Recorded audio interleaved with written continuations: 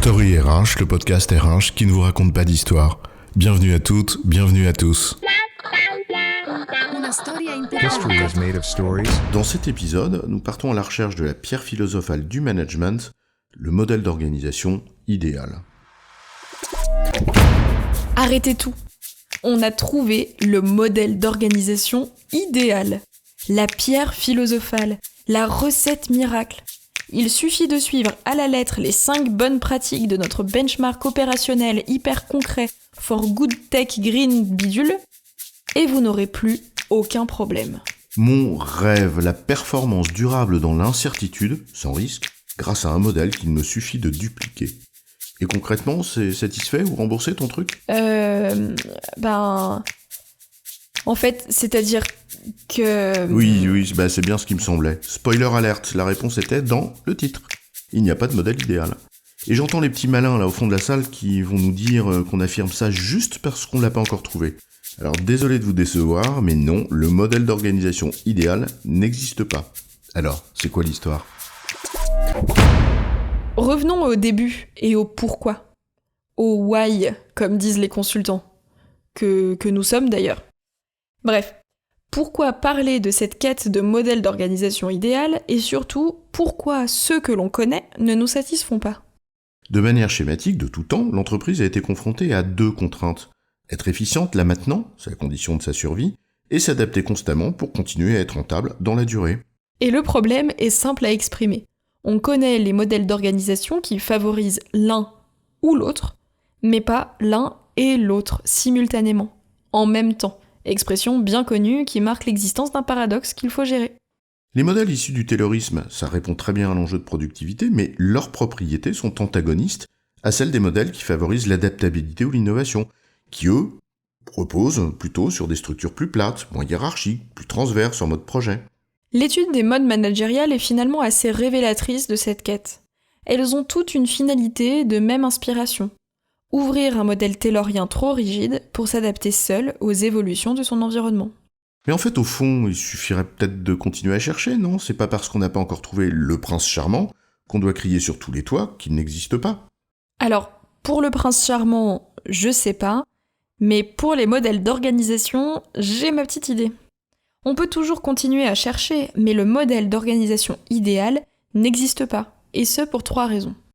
Ah, t'es vraiment rabat-joie, toi, mais ok. Raison numéro 1, un modèle c'est limité et incomplet par nature. Tu vois, au fond, un modèle c'est fait de quoi ? De processus et de normes. Or, un processus c'est bien une succession d'étapes et d'actions que tu mets en œuvre pour délivrer un produit ou un service. Tu décris étape par étape ce qu'il faut faire pour satisfaire le client final. Mais dans un monde complexe qui change en permanence, sans cesse, très très vite, un processus, aussi complet soit-il, ne peut pas tout prévoir. L'incertitude est partout, le contexte évolue en permanence, et on ne peut donc pas prédire tous les paramètres à intégrer dans le modèle une bonne fois pour toutes. Et un modèle, ça se change pas tout seul. C'est figé. Et c'est la deuxième raison qui explique que le modèle d'organisation idéal n'existe pas. Ah bon, t'as pas un processus comme ça le matin qui se lève en disant « Tiens, on devrait faire différemment ». C'est bizarre. Non. Mais même si on l'aidait, ce modèle, un petit coup de pouce, et hop, on le fait évoluer. On pourrait imaginer un super modèle d'organisation composé de plein de petits modèles. Et suivant le concept, hop, on change de l'un à l'autre. Oui, pourquoi pas, c'est mignon ton idée. Bref, c'est vrai que ça a l'air aussi réaliste que le prince charmant ton truc. On pourrait dire, allez, aujourd'hui on est hyper normé et processé, on centralise toutes les infos, les filiales appliquent et ne décident de rien, et paf, demain, comme ça, tout d'un coup, hop, innovation, adaptation, équipe autonome. Ah, puis le jour d'après, on va revenir à méthode agile, à fond les ballons. Ouais, c'est vrai, que dit comme ça, ça a pas vraiment de sens. En fait, le modèle d'organisation va aussi de pair avec la culture d'entreprise, les compétences attendues, les tailles des équipes, les rôles et les responsabilités de chacun. Alors je veux bien que les mouches changent d'âne rapidement, mais un modèle d'organisation, surtout dans une entreprise de taille importante, ça ressemble beaucoup plus à un paquebot dont l'inertie s'accommode assez mal des coups de gouvernail brutaux et incessants. Et c'est bien la 3e limite. Adapter un modèle d'organisation demande du temps. Bien sûr, parfois il faut le faire. Faire évoluer les processus et les manières de faire pour être au plus proche de la réalité. Mais ça demande du temps. Précisément celui que l'on n'a pas.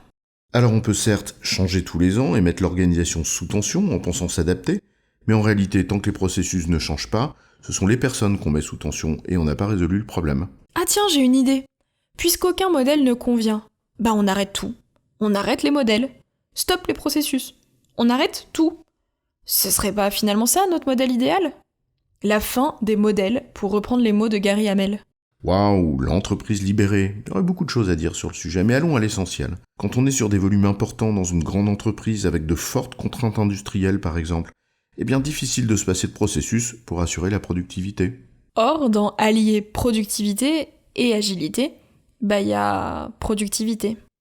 À petite échelle ou dans certains cas circonscrits, peut-on se passer de processus, mais pas à échelle plus grande ou plus complexe.